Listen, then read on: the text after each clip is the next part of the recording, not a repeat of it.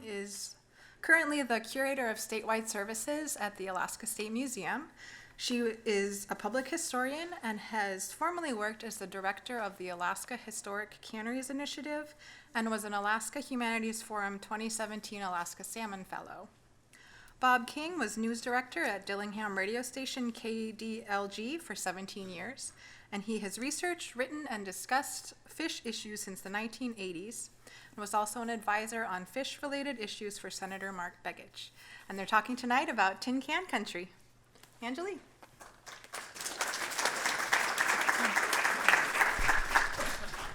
Thank you. Is the sound okay? Okay, great.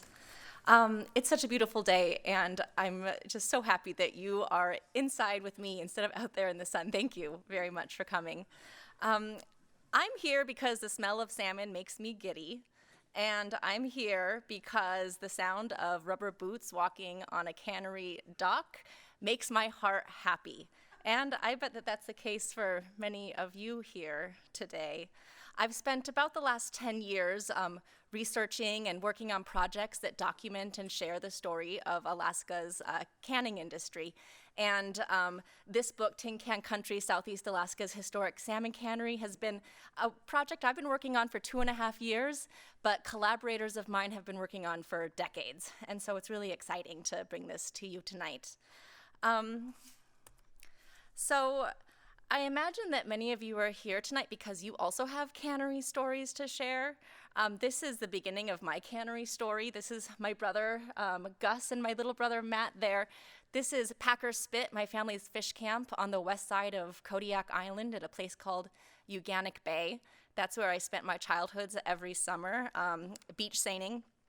And Packer Spit, I later discovered, was named such because it was where the Alaska Packers Association's cannery was in the late 1890s. And so that pile of bricks that I played in when I was a kid was actually the rubble of this old cannery. And so I literally grew up playing amidst cannery history. When I was a kid, I loved to go to the Uganic Cannery up the bay. That's where we would go to deliver our fish. And of course, I was attracted to the soft serve ice cream that they served at the cannery store. But I also adored the sense of history that I felt when I walked in the mess hall and I walked through the old cannery buildings and on those boardwalks. I loved how you could almost feel the passage of time in these old buildings. And here's Uganic Bay a couple of years ago. The cannery there, like many canneries across Alaska, it's really in severe disrepair and hasn't been operated for about 10 years now. So based on these cannery histories, my personal cannery histories, I'm sure it wasn't surprising to many when many years later, I gathered together with a group of colleagues and conspirators to start the Alaska Historic Canneries Initiative with the Alaska Historical Society.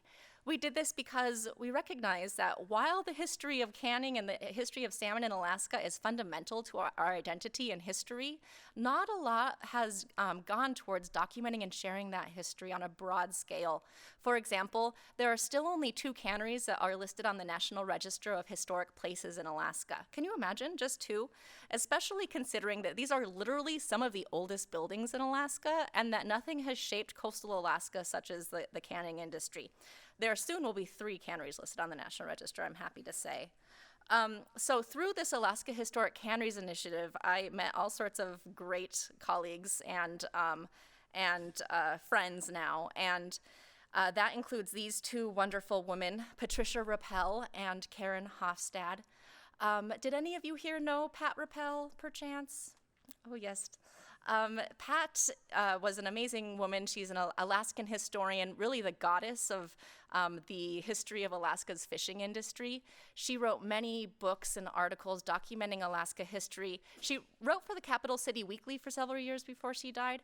And Pat had been spending years researching what was really going to be her magnum opus, a comprehensive history of all the canneries in Southeast Alaska. She died in 2015 before finishing this project, however, and her family donated her entire collection of research files and her manuscript to the Alaska Historical Library upstairs. Karen was Pat's closest friend and another collaborator. Karen started collecting materials related to Southeast Alaska salmon 50 years ago with the intention of writing a book about the history. Here's just a portion of her original tins. This collection is really, I think, probably unsurpassed. And Karen worked with Pat on this book project and figured that after Pat died, that this dream also was dying. However, Karen and I got together and decided, hey, why not? We had a moment of ambition, apparently, and decided that we were going to come together to finish Pat Rappel's book on the history of canneries in Southeast Alaska. I need to mention right now that Karen, since starting this project, has donated her entire collection to the Alaska Historical Library and the Alaska State Museum. And some of you probably went upstairs today and saw just what was likely 1% of her massive collection, which is now here. So if you are curious about any inlet, bay, or random set of pilings off of an unnamed beach in Southeast Alaska, there's a good chance that there's information about it in the Patricia Rappel collection upstairs. These are really, Pat was encyclopedic in her research and in her writing, and it's a gold mine of material up there. When Pat died, before she died, I should say, she had written about 30 individual cannery histories for specific canneries in Southeast Alaska. And these detailed looks at canneries contain excellent reference information. However, there wasn't a whole lot in them to inspire the imaginations or hearts for a new generation of cannery history buffs, which is, of course, what we are always trying to inspire. So early in the process, Karen and I decided that rather than just finish Pat's book, we were going to be creating something else entirely. And we settled on an anthology. It's an interpretive history of Alaska, firmly grounded in the context of Alaska's history. And we reached out to friends, colleagues, and others. The book features the writing of 15 different individuals, and Pat wrote about half of the material in the book. So combining the voices of 15 different people, combing through thousands of potential images, and then posthumously editing the work of my mentor was quite an undertaking. And trying to figure out what the threads of history are that could unite these diverse voices and these canneries, by the way, the 135 that were established in Southeast Alaska from 1878 to the present day. So I thought of what inspired me at the very beginning to care about canneries, and it was the place itself. It was me when I was a kid eating the ice cream and walking down those old boardwalks. And so that became the theme of this book. Canneries are sites of Alaska history.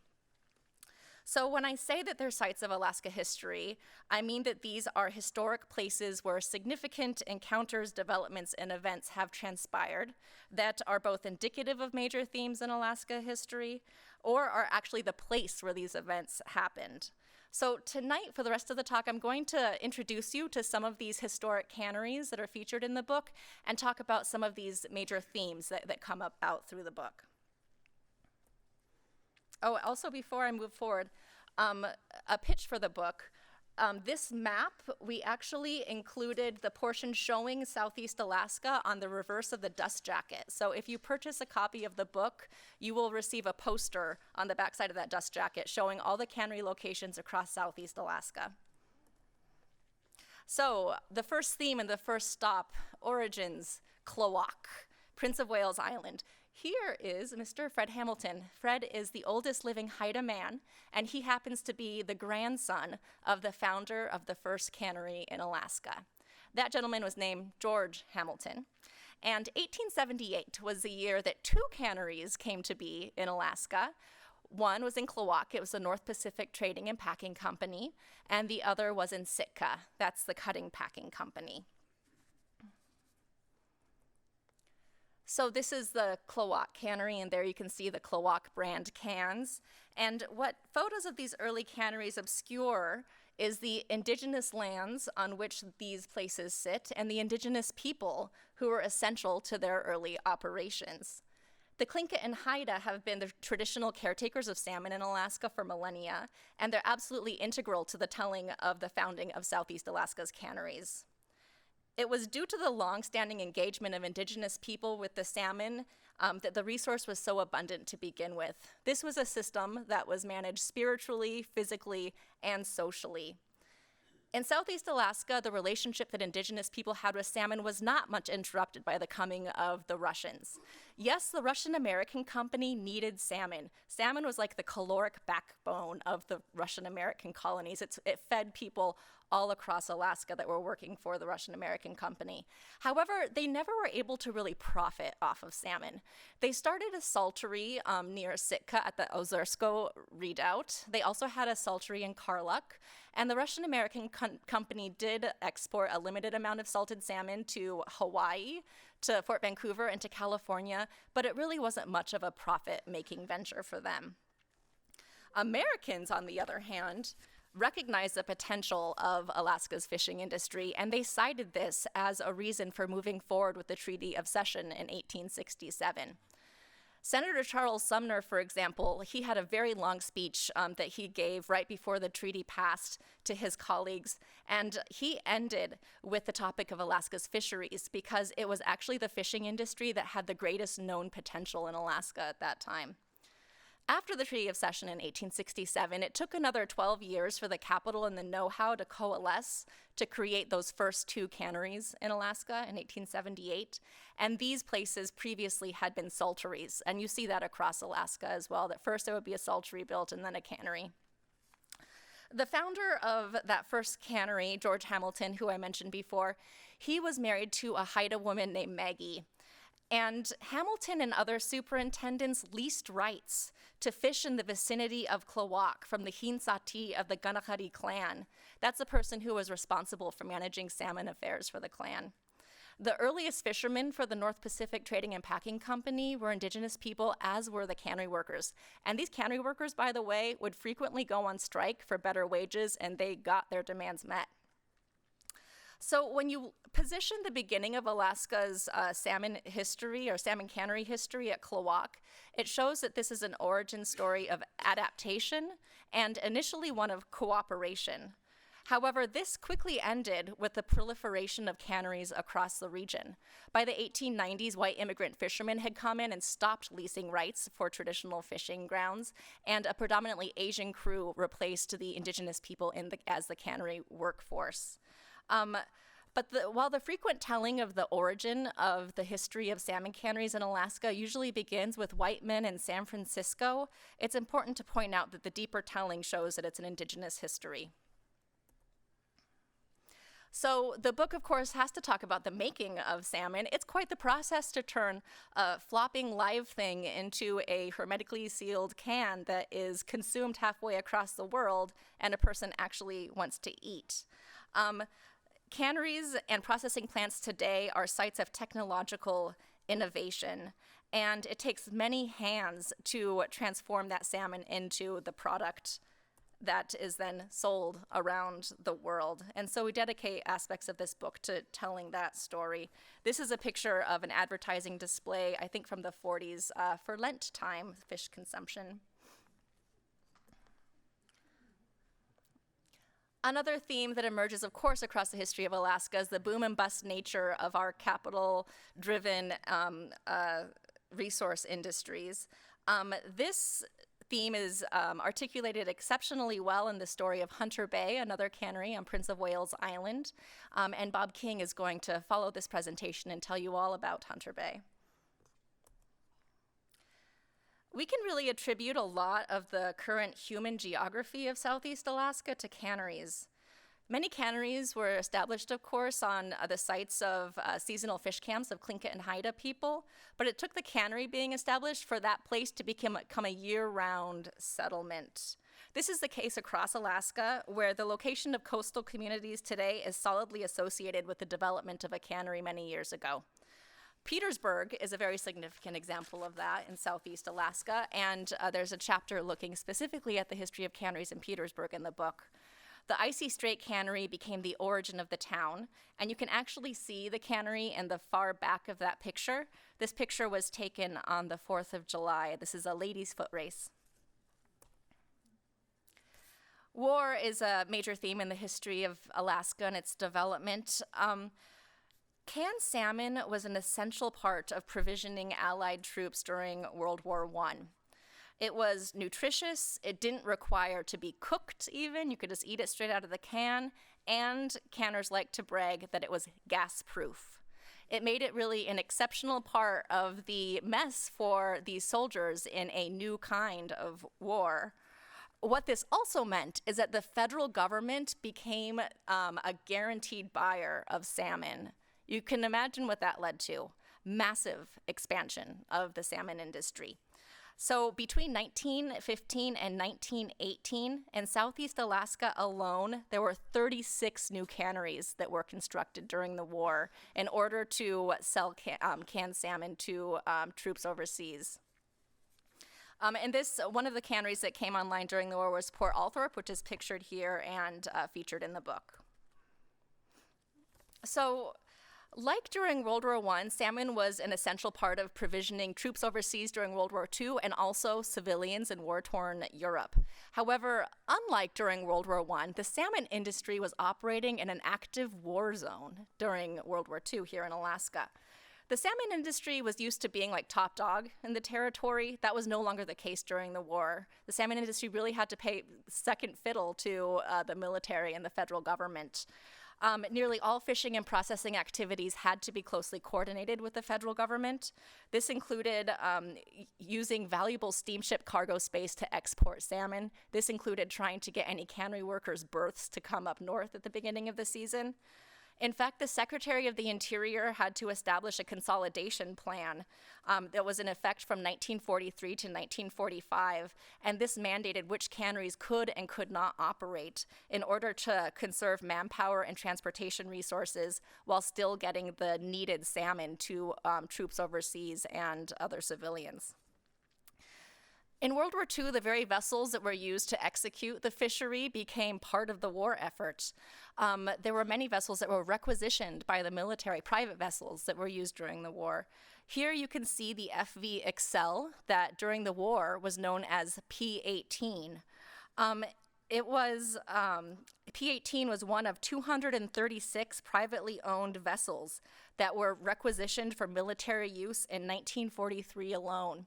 If you had a dory, if you had a tender, if you had a purse seiner, if you had a cod fishing schooner, if you had a pile driver, whatever, if you had a power scow, there's a good chance the military needed it more than you. And so there were hundreds of private vessels that were requisitioned to serve the war effort and returned to their owners at the end of the war. So on the bottom, you see Shunichi Kaino of Petersburg. He is fondly remembered as Papa Kaino. He's at work at the Alaska Glacier Seafoods Company there. The Kainos were among the 38 Japanese American residents of Petersburg who were sent to internment camps during the war. The draft made it exceedingly difficult to secure fishing and cannery crew, and the internment of every Japanese person and every Japanese cannery worker by extension on the West Coast made it really difficult to get the crew required to execute the fishery. The physical plans of canneries, similar to the vessels, were put into what previously were unimagined uses during World War II. For example, the Excursion Inlet Cannery became a prisoner of war camp for Germans who were brought there to salvage materials from the massive Alaska barge terminal. Moreover, abandoned canneries in Southeast Alaska became the dilapidated temporary homes for Unangan people who were forced to leave the Pribilof and the Aleutian Islands with very little notice. Here you can see a picture of folks from the Pribilofs unloading at the Funter Bay Cannery. The Funter Bay Cannery had not been in operation since 1930 when these folks arrived in 1942. And it's important to note that canneries, of course, are only used in the summertime. There's no insulation. There's no facilities to be able to use such a place in the winter. And so this is a really tragic aspect of Alaska's history that canneries play a role in remembering. So politics, of course, features importantly in the history of the fishing industry in Alaska, as it still does. And many people know that many Alaskans despised fish traps. As you can see here, the salmon trap. It was the ire that Alaskans felt against salmon traps that really inspired them to vote for statehood. And so that's a closely connected story. Jim Makoviak, he literally wrote the book on salmon traps in Alaska, and he wrote this chapter. He also features in his chapter a fascinating look at the ways that the timber industry and the salmon industry came together in mutual support because fish traps needed wood, as did salmon boxes. An aspect of the history of Alaska and the history of Canneries, which is under-recognized, is how important these places are for the history of Asian Americans and how important these places are in the long struggle for civil rights in this country. The Cutting Packing Company in Sitka, that was one of these first two canneries to be established in 1878. It imported the first Chinese crew to Alaska. Chinese men were skilled fish butcherers. They made each can by hand at this time, and they were sent across Alaska to construct canneries. And so these early canneries were really built by the Chinese, as well as they were the predominant labor force. However, this shifted quite quickly because of the Chinese Exclusion Act. No longer could canners use these aging Chinese workers, and so Japanese immigrants started to fill this void. Following the Gentleman's Agreement of 1909, however, there was another restrictive immigration policy that went into place, and so there were fewer Japanese people immigrating, meaning that there was now another void in the cannery labor force. This is really where we see Filipinos coming to Alaska in numbers for the first time. In 1898, that's when the Spanish-American War ended, and with that, the Philippines became a U.S. territory. That meant that Filipinos were American nationals. They were not citizens. They could not vote, they could not own property, they could not marry white women. However, they could come to the U.S. without a passport, and they could work in undesirable jobs, such as canneries. So canneries were segregated spaces. I'm sure many of you know this already, but canneries had bunkhouses for Asian people, bunkhouses for Native people, bunkhouses for white people. The mess halls were segregated. There was a Filipino mess hall, there was a white mess hall. And the jobs were segregated. Based on your ethnicity, it essentially determined what part of the cannery you were working in. If you were a minority, it was the fish house. If you were white, there's a better chance you were going to be a machinist or a superintendent. And this persisted even though the civil rights movement had come to the United States. It took young Asian American cannery workers traveling to Alaska and getting jobs with their fathers and grandfathers to recognize what was going on and to really start advocating to desegregate the canneries. These young Asian Americans founded the Alaska Cannery Workers Association in the 1970s and created several major lawsuits against canning companies in Alaska. These are very significant lawsuits in the history of civil rights in this nation. One of them, Ward's Cove v. Antonio, went to the U.S. Supreme Court, and the Supreme Court actually sided with Ward's Cove. What this signaled to Congress was the composition of the court had changed, as it had. These were some new Reagan appointments that were now on the Supreme Court, and Congress realized they had to legislate for civil rights. As a result, they created the Civil Rights Act of 1991. At the last minute, though, Senator Frank Murkowski put in an amendment so that employees of Ward's Cove Cannery were not counted as being a part of this Civil Rights Act of 1991. So I'm really proud that we can tell the story of civil rights in this book, and I hope that through this, more people in Alaska will recognize how important Alaska is and canneries are to the history of Asian Americans and the longer story of civil rights. And of course, preservation is an important theme in this book, and we touch upon that at the village of Cake. Cake has a National Historic Landmark of a cannery, meaning that it's the highest level of significance for historic sites in the country. And they've spent years now restoring and rehabilitating their beloved cannery. It's an encouraging story, and it's wonderful to see how this community has come together to preserve their history through this old industrial site. So this is the quick view of the themes and some of the historic canneries that are covered in this new book. Please note that the book is for sale, both at the store at APK and at Hearthside, and the entire book is a philanthropic effort. All of the proceeds for the book sales are going to the Clausen Museum in Petersburg, so you can feel doubly good for your purchase. Again, thank you for coming out tonight. I'm going to pass the mic to Bob King, who's going to talk about Hunter Bay. And I ask that you save your questions until the end, and then you can ask us both. So thank you. Well, great. Thank you, Anjuli. That was a great overview, especially of the book, but of the multiple issues that come out. I'm going to get down into some of the dirt and some of the specifics, some of the peoples, the characters, and the like, who came into play in my little chapter, which is about Hunter Bay. And how many of you know where Hunter Bay is? One, hey. That's great. I never heard about it until I never heard about Hunter Bay until Anjuli asked me to write about it. But there was a connection with a presentation I had made earlier, which this is largely based on, and I just had to throw this together rather quickly. But hopefully it will help. Well, here's Hunter Bay.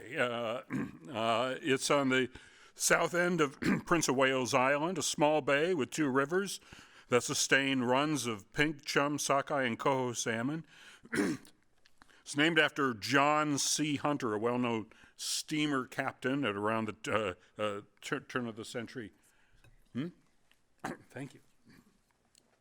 A well-known steamer captain. It was developed by a guy named James Miller. Does anybody know James Miller? You know his son, but I'll get to that in a minute.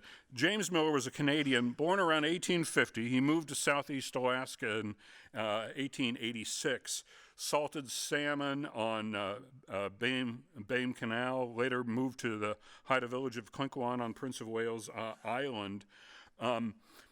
Miller's son is actually remembered today because he came with his father to Alaska, worked with him salting salmon, and he worked at the Hunter Bay Cannery. He later expanded his fishing operations around Prince of Wales, including a small community known as Fish Egg. When the post office established its presence there, its residents wanted a better name. So they had a vote and chose the name of James Miller's son, which remains today as Craig. But Miller and Sons actually put up several thousand barrels of salted salmon every year. He hired several local Haida natives to help. As the canned salmon industry expanded statewide in the mid-1890s, Miller pitched his salting sites to canneries. One of them who came through, showed some interest, was the Pacific Steam Whaling Company. They sent its Cordova superintendent down to examine the site in late 1895. He liked it. They bought out Miller's saltery operation and built the cannery the next year. Now, the Pacific Steam Whaling Company was born during the California Gold Rush. Its founders made their fortunes in the maritime trades around San Francisco. In 1883, they branched into whaling, but the industry was really already in decline. The population of bowhead whales was suffered from overharvest. Demand for whale oil was being eroded by kerosene, but it brought this company up to Alaska where they could see the rapid growth of the canned salmon industry. And Pacific Steam built canneries near Cordova and Chignik in 1889, and then the cannery at Hunter Bay in 1896. It paid off for them. Hunter Bay's profits largely paid for the cannery in its first year, and it allowed Pacific Steam to expand to Kenai, Kodiak, and later Bristol Bay. Local hire was very significant, and it was very important, as Anjuli mentioned. The cannery relied on Haida fishermen at the plant. One year, they had 150 Haida fishermen. They had 60 cannery workers, Chinese workers, and there were only 8 whites who operated at the cannery that year. But they really depended on the local fishermen. Hunter Bay emerged as the top producer of Pacific Steam's small but growing empire. The whalers boosted capacity, they installed electricity, they added more machinery, including a sawmill to cut lumber for Pacific Steam's other plants. Alaska's entire canned salmon industry was really booming at the turn of the 20th century. Alaska's harvest jumped from 13 million to 31 million in just a few years. The number of canneries doubled to more than 60. But the turn of the century also became the last season for the Pacific Steam Whaling Company because rapid growth of the canned salmon industry brought a new competitor which began Bristol Bay's briefest and arguably most colorful chapter. And that includes a charismatic French entrepreneur who had an ambitious plan to consolidate all of Alaska's canneries. The Count, Roland Marie Pierre Onfroy, was born into French nobility. He boasted degrees in law, sciences, and was decorated in the Franco-Prussian War. He was charismatic. He was described as a Frenchman of good education, commanding presence, and possessed a voluble and convincing tongue. Onfroy moved to Canada, actually from France in 1883, and later New York to pursue business ventures. But when the Klondike Gold Rush came to hit here in Alaska, Onfroy headed west and found himself settling in Fairhaven, Washington, now Bellingham, where he saw tremendous opportunity in the growing salmon business. Onfroy was able to talk residents into backing him into building a small cannery, Franco-American Fisheries. The company quickly went bankrupt.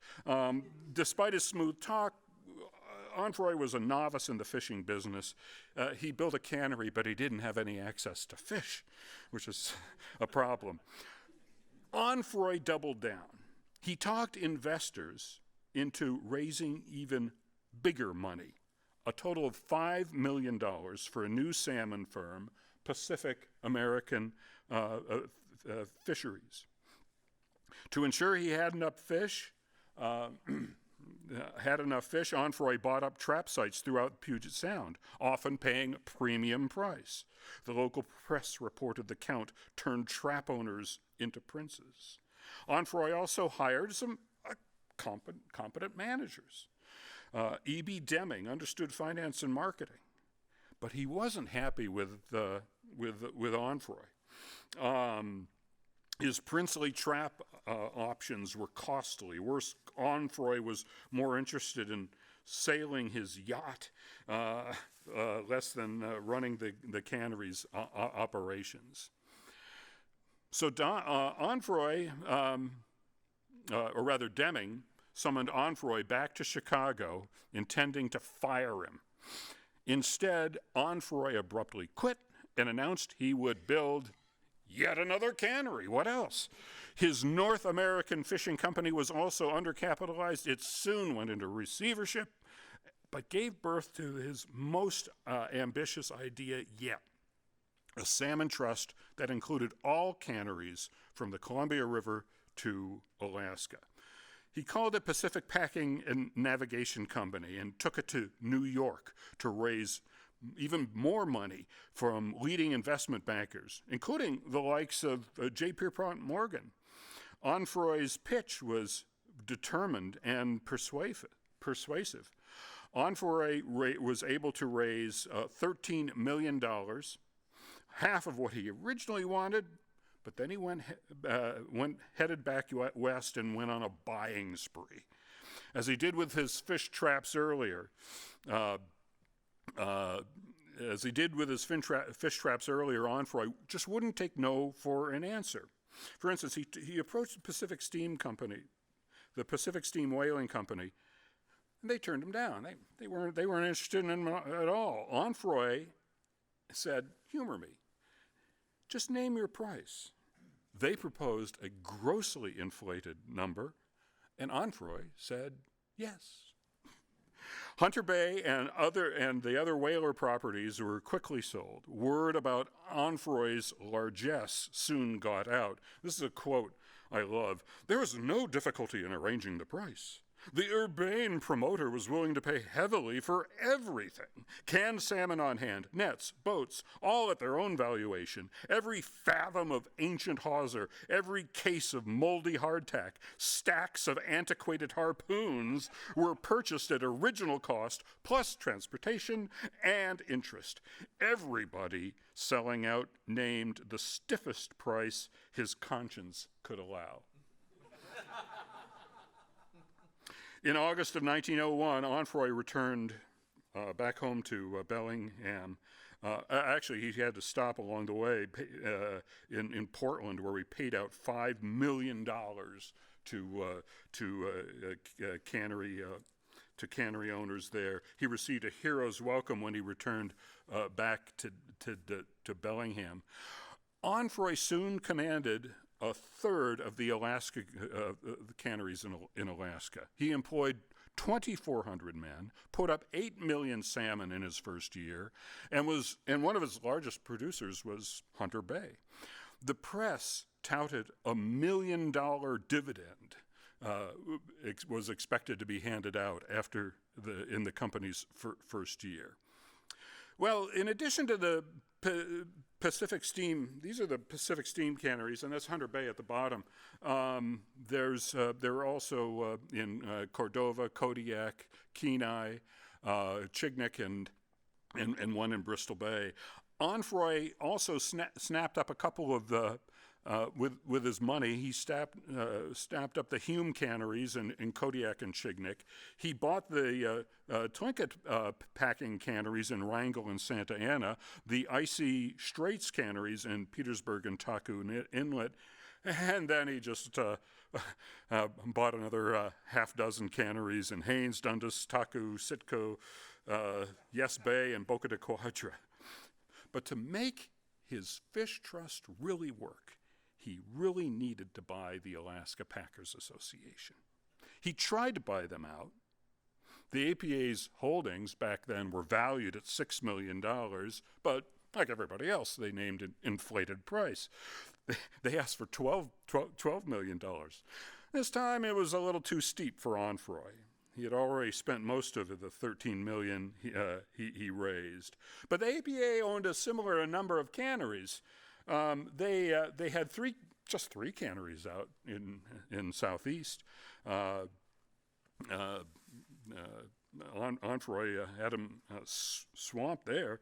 They were about equal in south central Alaska with canneries from Cordova down to Chignik, but the APA dominated them 10-1 in Bristol Bay, and this led to what was called the Salmon or the Cannery War of 1903, which was fought in the marketplace, and it was quick and decisive.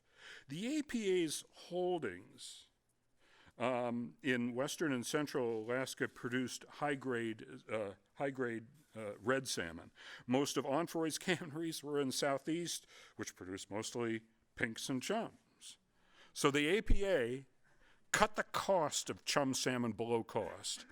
The fixed price of canning salmon was about $2 a case back then for 48 one-pound cans.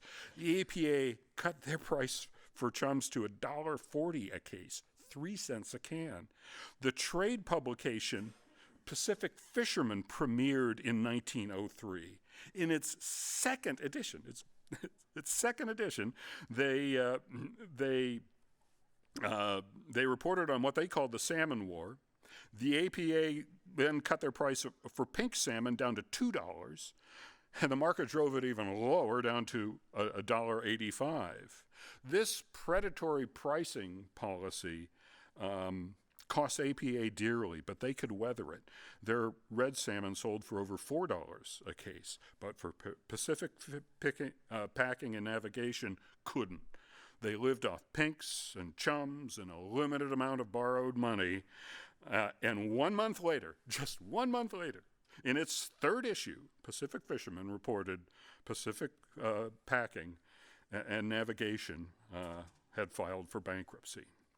Historian August Radke described the Cannery War as turn-of-the-century corporate street fighting. The new kid on the block was simply outthought, outproduced, outfinanced, and overwhelmed by the APA. Receivers took over Pacific Packing and spent the next 2 years unraveling the financial mess. One of the first things they did, of course, was fire Roland Onfroy. He responded with plans. He responded with plans to build yet another cannery, the world's largest, with a virtually unlimited supply of salmon on the Kuskokwim River. Well, this didn't go anywhere. Investors had lost faith and money with Onfroy and knew the Kuskokwim was not unlimited. He also had an idea for a coal mine and railroad on the Alaska peninsula. That also was a flop. Onfroy later, after he left, he moved back east. He had the promoter of varied experiences, offered a universal benefaction, a sure profit for everyone. His idea for combining grocery and retail co-ops would be so attractive that he said people would be willing to pay to shop there. Well, this didn't go too far either. These attracted hundreds of stores and thousands of subscribers, but you got to give the guy credit because while his company collapsed, the business model is essentially the same one that's used by Costco today, and everybody who's got a card in their wallet is paying for low prices. Well, everybody expected the Alaska Packers would take over Pacific Packing and Navigation, but then they didn't. The reasons were never really explained, but the APA, they didn't need more canneries. In fact, they were already talking among themselves about consolidating their plants. The politics of trusts at the time were terrible. Teddy Roosevelt just took over as president. He was known as the trust buster, and these guys are wanting to propose a new trust? So instead, APA actually took a big move, big change. Rather than look for more canneries and the like, they looked to increase demand for salmon.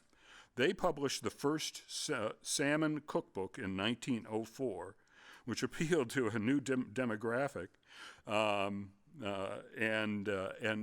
attract new buyers. They even had to explain how to open a can, which wasn't the way we do it today, and the like. And speaking of Roosevelt, his Rough Riders had a cameo appearance in the recipe book. They had a list of Army and Navy dishes, including Camp Mess Salmon Bake, which shows the Rough Riders, and it also shows the Great White Fleet and palm trees in the background. Well, as the receivers worked through the bankruptcy of Pacific Packing and Navigation, they started to sell off some of the canneries. They idled others. Some never reopened. Investors lost everything. One reporter described Onfroy's stock as being watered or overvalued and added, "Water in a fisheries trust would seem to be a highly commendable thing were it used for salmon and not suckers." They found buyers, actually, for few of the canneries, those in Petersburg and Chatham. They tried to keep others open, including Hunter Bay. Pacific Steam's facilities actually were well-built, roomy, finely equipped. Hunter Bay's sawmill was an attractive asset, but there just wasn't interest at the time. The receivers set a minimum of $25,000 for Hunter Bay, about 20 cents on the dollar. The high bid came in at only $9,000, and Hunter Bay was rejected. Hunter Bay continued to operate at least one more year. They put up 42,000 cases in 1903, but the still depressed salmon market took its toll. The receivers lost another $1,000, and they closed Hunter Bay the following year. But a Chicago businessman saw an opportunity in Onfroy's canneries. John Racine became familiar with Alaska thanks to a Russian fur concession. He created Northwestern Fisheries and then pitched it back to J.P. Morgan in order to recoup his Onfroy losses. Morgan brought in his friend Simon Guggenheim, and this was the beginning of the Morgan Guggenheim Alaska Syndicate, whose involvement in copper and coal is yet another chapter in Alaska history, which I don't have time to get into today. But the bankruptcy court awarded Northwestern Fisheries most of the remaining Pacific packing properties, including Hunter Bay, for $205,000, about 10 cents on the dollar. And he also hired a notable Alaska hero to lead it. Coast Guardsmen in the will know David Henry Jarvis, known for his work with the Revenue Cutter Service. In 1898, he led a 1,500-mile-long expedition that drove reindeer to Barrow to save 275 whalers stranded in the ice. The Coast Guard, the successor to the Revenue Cutter Service, still awards a medal for inspirational leadership in honor of Jarvis. Northwestern restarted Hunter Bay in 1907. Jarvis sent crews in to make repairs. Workers repaired the cannery building. They built a new wharf, reshingled the bunkhouses. Now another,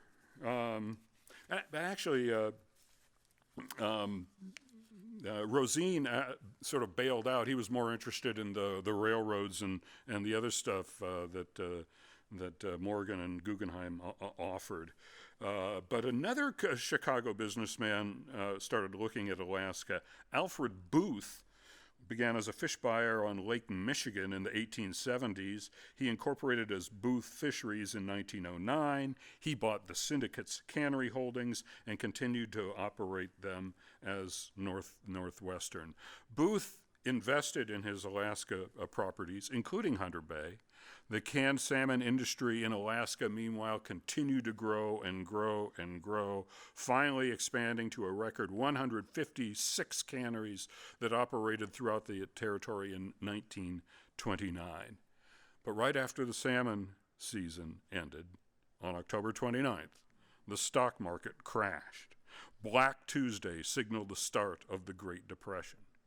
The salmon industry toughed it out initially. Hunter Bay, 7 canneries were idled in 1930, but Hunter Bay still operated for one more year. But 36 canneries were closed, including Hunter Bay, in 1931.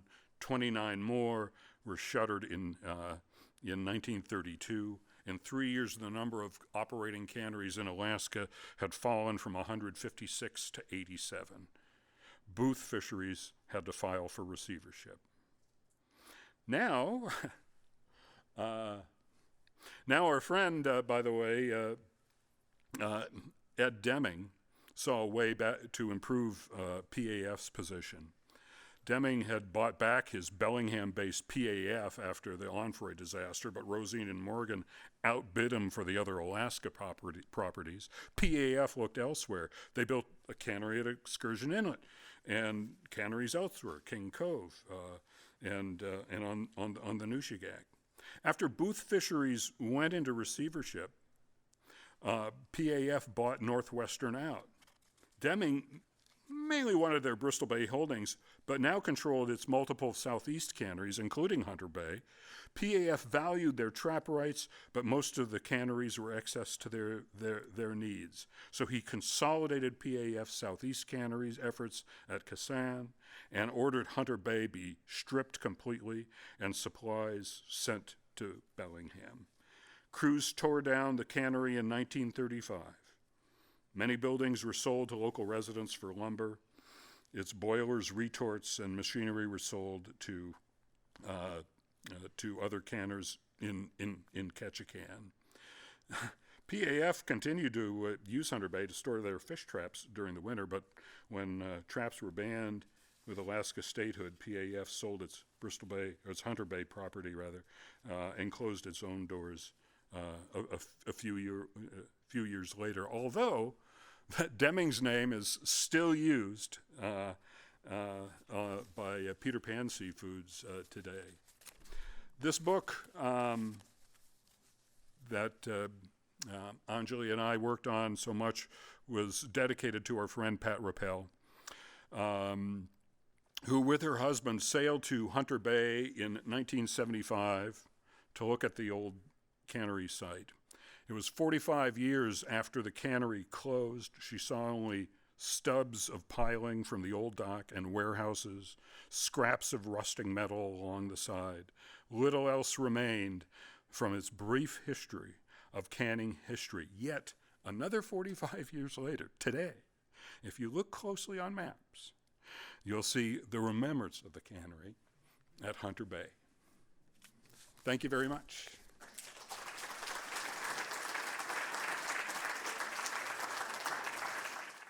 Any questions? Any questions? If not, in the back.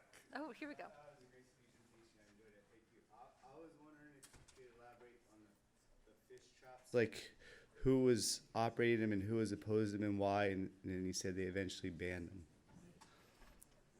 Do you want me to try? Go, Bob. Yeah, that's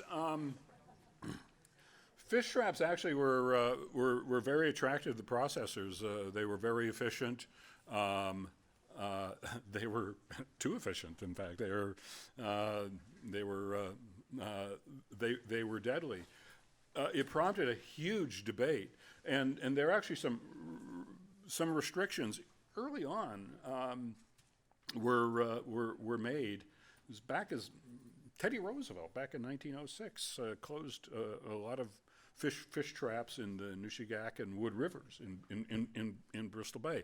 Other canneries continued to fight. It was a huge political fight that went back and forth over the years, and it remained. I wish I had all the pictures and that are available. Fish traps is a separate story all to itself, but it was Alaska residents hated the fish traps. They fought over them beginning in actually early on, but it went on until until statehood, and finally the passage of statehood banned fish traps from Alaska waters. It's a long story, but I can give you some lists of books. And I'll just add that the reason that most Alaskans hated fish traps is because it didn't require fishermen to harvest the fish. You just needed a watchman to stand there with a gun to protect the fish trap. But beyond that, fish traps caught live salmon. Very high quality fish came from the fish traps, of course, because they were live when they came out of the water and went immediately to the cannery. But because there were no fishermen required in that process, that's one of the main reasons that the Alaskans hated fish traps, is because it was a labor issue. Yeah. Hi. Did the expansion of the canneries correspond to any time of a decrease in population of the native population?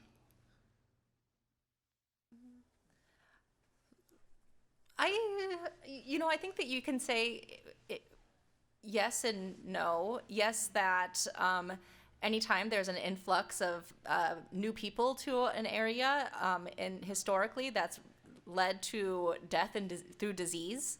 An example of that, of course, is Bristol Bay.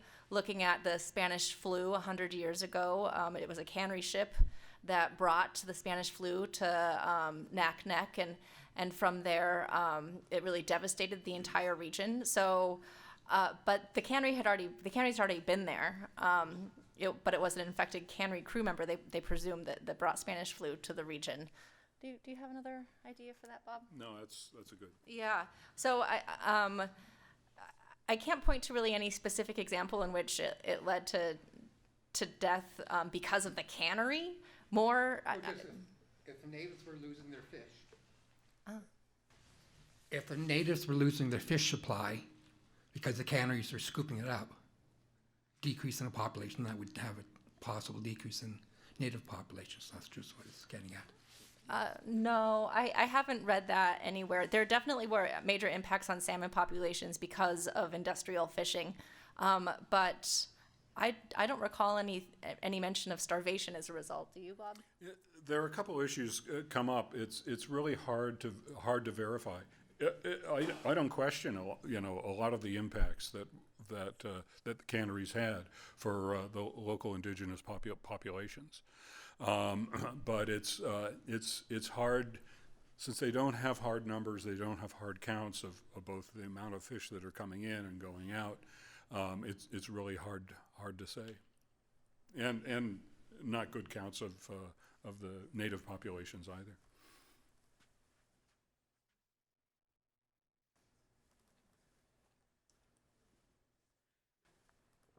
I've got three, but I'll give two of them and sit down, and then we'll see about the third one.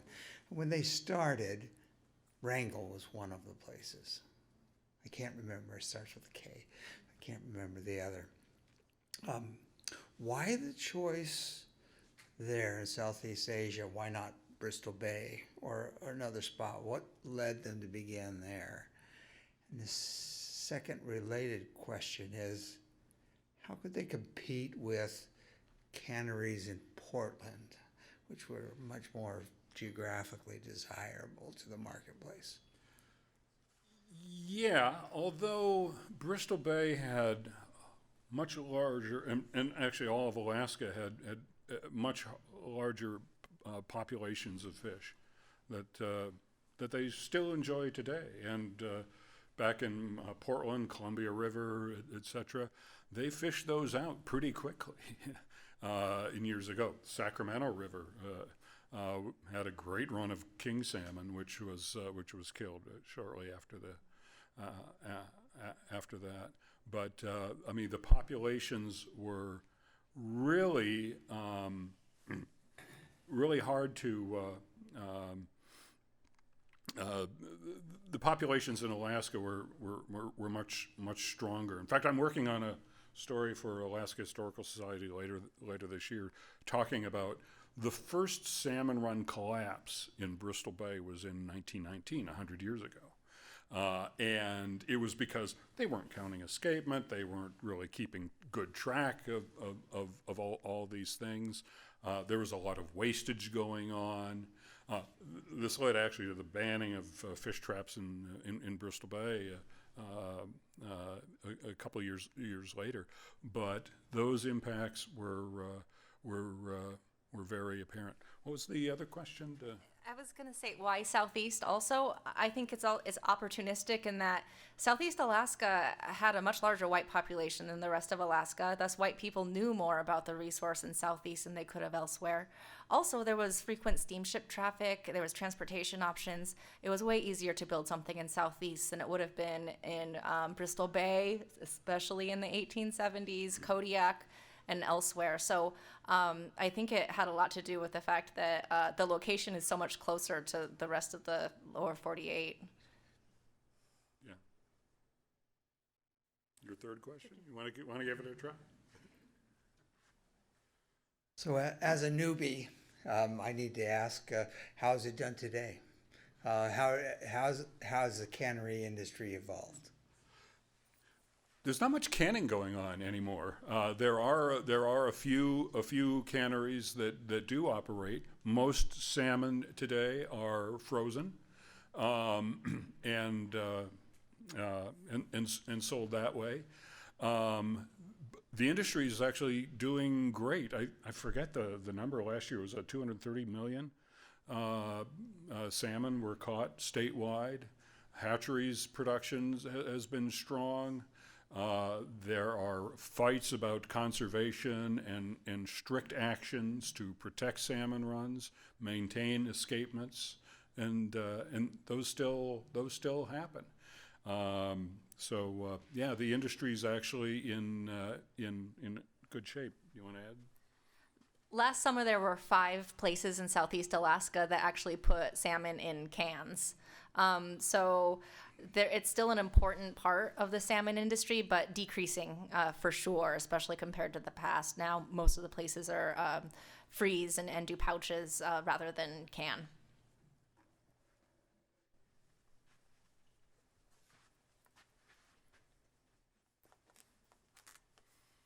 Wondering that can collection, I saw some up there, but how many cans are in it, and can you see the whole collection?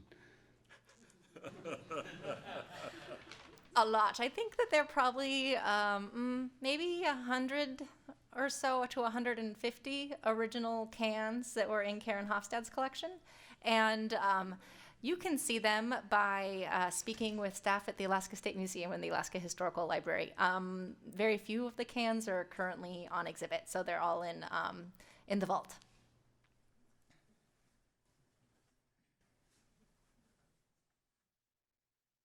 I'm kind of a plant because I'm Anjuli's husband, but the story of some of these cans and where they've come from and how Ms. Hofstad obtained them is amazing. Can you go over how the first cans were sent out of the country and recovered later?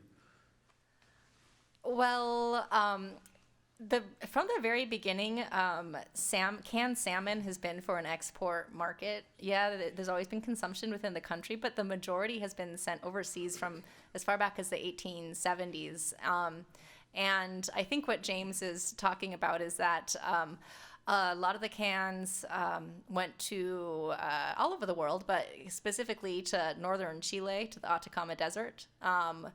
Big copper mines around there, important food everywhere in the world, right? So actually these old junkyards and dump sites are really prime locations for people to get these old cans because it's so dry that the cans and the labels are well preserved. So I know that within the State Museum's collection, before they acquired Karen Hofstad's collection, I know they've received some cans from northern Chile, of Alaska salmon.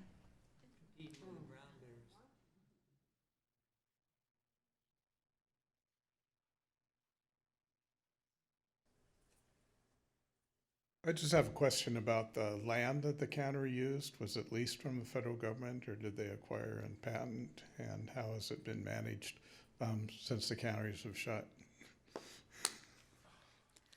Well, I forget what year it was, but some of the earliest laws that came from the Congress for Alaska related to being able to patent land so that canneries could be established and they could get patent to these lands. So if you look at the earliest land registries, I can easily say a majority of the first claims were for cannery sites. And to this day,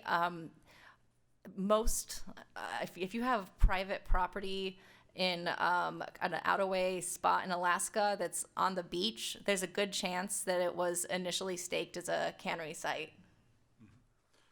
And a lot of that land was patented because they were trying to keep competitors out. The Alaska Packers in Bristol Bay would stake claims on a river, a good source of fresh water, and the like, just to keep other canneries from establishing themselves in Bristol Bay. Those patents are still around. You'll be surprised. I know, and some of them have been sold, others not. I know there's a cannery on the Kvichak River in Bristol Bay, which was I think built in the 20s. It was it closed down in the 60s. It sat around for several years. They actually sold it to a guy who wanted to turn it into a hunting lodge for a song. It was just and the like. But there's so much contamination. There was a lot of asbestos in these canneries. There's lots of old oil and fuel and the like that's there. Right now, They still own it. They can't give it away. They've offered to give the whole cannery, the land, everything to someone, but people just don't want the contamination to deal with in the future. And that's not an uncommon occurrence.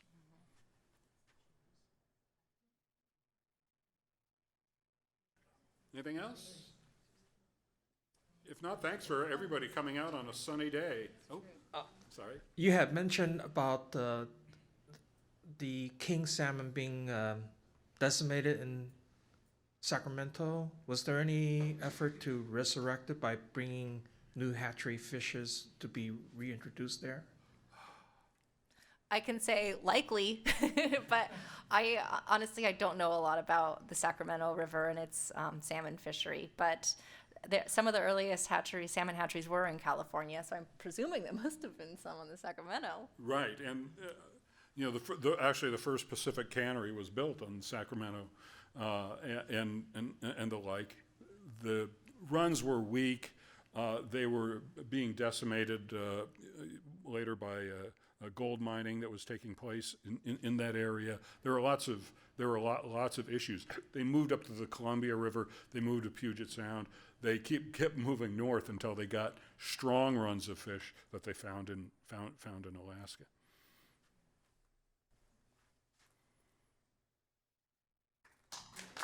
Thank